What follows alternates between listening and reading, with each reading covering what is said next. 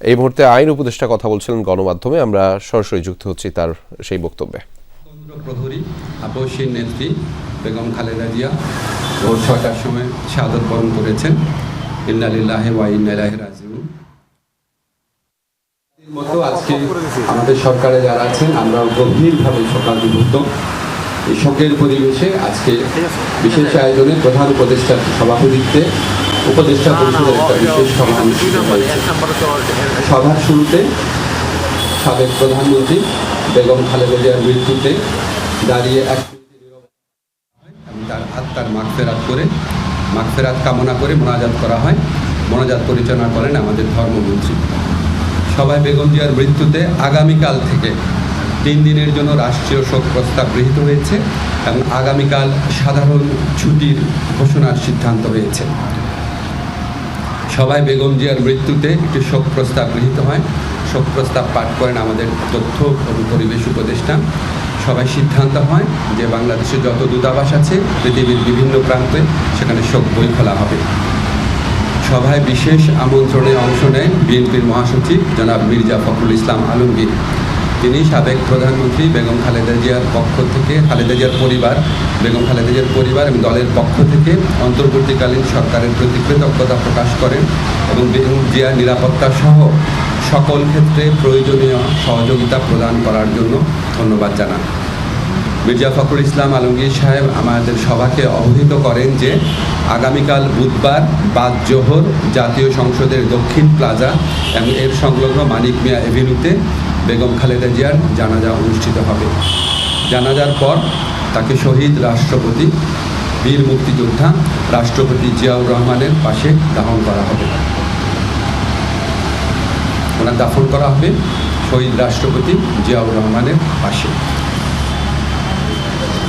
আজকে সবাই বেগম জিয়ার দাফন এবং জানাজা সম্পর্কিত বিষয়ে সরকার সব ধরনের সহযোগিতা প্রদান করবে বলে জানিয়েছেন মাননীয় প্রধান উপদেষ্টা। মাননীয় প্রধান উপদেষ্টা ডক্টর মোহাম্মদ ইউনূস সভায় বেগম জিয়ার বিষয়ে বিভিন্ন স্মৃতিচারণ করেন। একটা কথা বলতেই হচ্ছে যে উনি আমাদেরকে মনে করিয়ে দেন শেষ যখন দেখা হয়েছিল বেগম জিয়া ওনার সাথে একান্তে অনেকক্ষণ কথা বলেছিল। আপনারা জানেন সেনা সদরে যে অনুষ্ঠিত হয়েছিল প্রোগ্রাম, সেখানে উনি অত্যন্ত উৎফুল্ল ছিলেন, সবার সাথে কথা বলেছেন এবং উনি সেগুলি স্মৃতিচারণ করেছেন মাননীয় প্রধান উপদেষ্টা। এবং উনি এটা বারবার বলেছেন যে আজকে এরকম এই জাতির এই বিশেষ মুহূর্তে আমাদের বেগম খালেদা জিয়ার উপস্থিতি অনেক প্রয়োজন ছিল। গোটা জাতি ওনার জন্য দোয়া করেছে, আল্লাহর ইচ্ছা উনি চলে গেছেন। কিন্তু বাংলাদেশের ইতিহাসে বাংলাদেশের প্রতিটি মানুষের হৃদয়ে বাংলাদেশের প্রতিটি আত্মমর্যাদাশীল গণতন্ত্রকামী দেশপ্রেমিক মানুষের হৃদয়ে ওনার অবস্থান অক্ষয় অবিনশ্বর হয়ে থাকবে। আমি ব্যক্তিগতভাবে মনে করি বাংলাদেশের ইতিহাসে এত শ্রদ্ধা, এত সম্মান, এত ভালোবাসা নিয়ে এরকম একজন নেত্রীর চলে যাওয়া এটা একটা বিশেষ মুহূর্ত এবং আমরা বাংলাদেশের প্রতিটা মানুষ এই শোকে একত্রিত হয়েছি। একত্রে আমরা আগামীকাল শোক দিবস পালন করব, এরপরে 2 দিন শোক দিবস পালন করব। সবাই আমরা বেগম খালেদা জিয়ার প্রতি যথার্থ সম্মান প্রদর্শনের জন্য ওনার যে জানাজা হবে এবং ওনার যে দাফন কাজ হবে সেটা আমরা অত্যন্ত শৃঙ্খলার সাথে ভাবগাম্ভীর পরিবেশে আমরা আমাদের সবার দায়িত্ববোধ থেকে সুশৃঙ্খলভাবে এই অনুষ্ঠানগুলো আমরা দাফন এবং জানাজার যে কর্মসূচি রয়েছে সেগুলো আমরা পালন করব, এই প্রত্যাশা আমরা ব্যক্ত করছি। ধন্যবাদ। আমরা কয়টা কোশ্চেন নিব? মুস্তফা মল্লিক।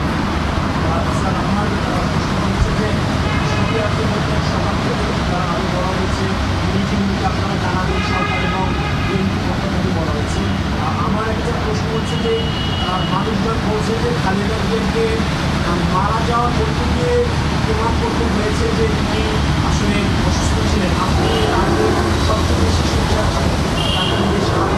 তার শারীরিক অবস্থা এবং এই সরকার আশা করি তাকে আসলে অতি গুরুত্বপূর্ণ ব্যক্তি হিসেবে মনোনয়ন হয়েছে। কিছুটা তো নির্দয় আচরণ হয়েছিল আগের সময়।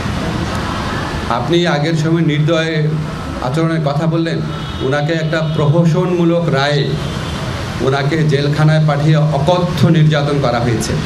বেগম খালেদা জিয়াকে যেই মামলায় দোষী সাব্যস্ত করা হয়েছে, এটা যে প্রহসনের একটা রায় ছিল, এটা যে একটা সম্পূর্ণ সাজানো রায় ছিল, এটা আমাদের সর্বোচ্চ আদালতের আপিল এবং রিভিউয়ের মধ্যে দিয়ে প্রমাণিত হচ্ছে। সর্বোচ্চ আদালত সুপ্রিম কোর্টের আপিলের ডিভিশনের রায়ের মধ্যে বারবার বলা হয়েছে যে বেগম জিয়াকে যেই মামলায় সাজা দেওয়া হয়েছিল সেটা সম্পূর্ণ রংলি, উদ্দেশ্য প্রণোদিতভাবে, জিজ্ঞাসাপ্রসূতভাবে ওনাকে সাজা দেওয়া হয়েছিল।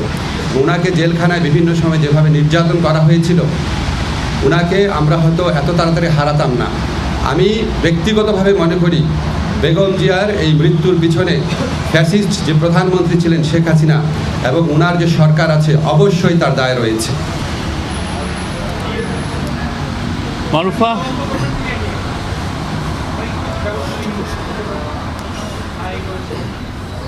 তবে আপনাকে একটা জিনিস আমরা বলি, আমরা আমাদের সরকারের পক্ষ থেকে আপনারা সবাই লক্ষ্য করেছেন, আমাদের যা করার ছিল, আমাদের মাননীয় প্রধান উপদেষ্টা প্রফেসর ডক্টর মোহাম্মদ ইউনূস উনি ব্যক্তিগতভাবে সমস্ত সময় খোঁজ খবর রেখেছেন।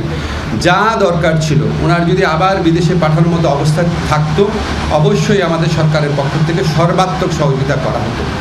উনি ব্যক্তিগতভাবে এই জিনিসগুলোর খোঁজ খবর নিয়েছেন। আমাদের দুর্ভাগ্য, আমরা হয়তো বেগম খালেদা জিয়াকে বছর খানেক বা বছর দুয়েক আগে যদি আমরা হয়তো পেতাম, হয়তো আমাদের পক্ষে কিছু একটা করা সম্ভব ছিল। আল্লাহর ইচ্ছা উনি চলে গেছে। তবে আমাদের জন্য সবচেয়ে বড় আনন্দের ব্যাপার হচ্ছে উনিও সারা দেশের মানুষের সম্মান, শ্রদ্ধা এবং ভালোবাসা নিয়ে বিদায় নিয়েছেন।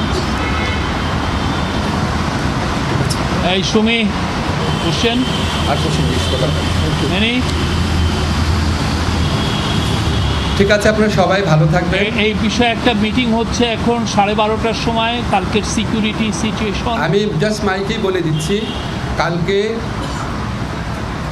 মাননীয় প্রধান উপদেষ্টার নির্দেশক্রমে আগামীকাল জানাজা এবং দাফন অনুষ্ঠান সার্বিকভাবে কোঅর্ডিনেশন করার জন্য 12:30টার সময় এখনই আমরা স্বরাষ্ট্র মন্ত্রণালয়ে বসছি। এছাড়াও বিভিন্নভাবে কোঅর্ডিনেট করা হচ্ছে।